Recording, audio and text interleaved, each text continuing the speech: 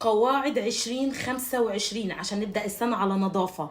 لازم تتصاني مش تتخاني، تتهادي مش تجيبي هدايا وتصرفي عليه، تعتري لي في راجل من تحت طوب الأرض يكون مناسب معاكي فكريا ماديا ثم الحب. الحب لو طلع رقم واحد احنا فشلنا عشان تبقي عارفه. ويبقى كده بدايه السنه مش مشرفه، ما تتابعينيش على طول كده، تعملي لي انفولو عشان انا بصي بدايه السنه مخنوقه اصلا.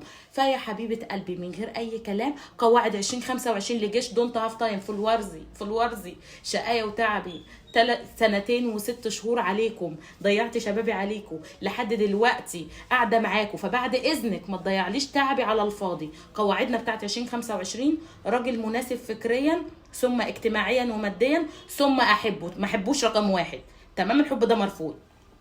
راجل يهاديني مش ههاديه واصرف عليه، راجل يصني مش يخني. شيري لي الريل ده بسرعه عشان نبدا السنه على نظافه.